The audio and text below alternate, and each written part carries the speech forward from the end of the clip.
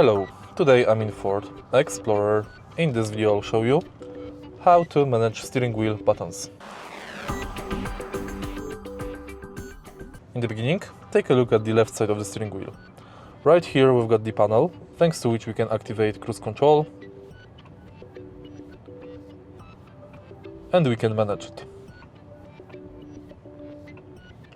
Also, we can change radio volume. On the right side of the steering wheel, we've got the panel thanks to which you can change radio station, activate steering wheel heating, activate voice assistant, and navigate through instrument cluster menu.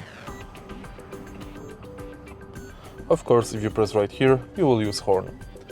If you find this video helpful, please leave like, comment and subscribe.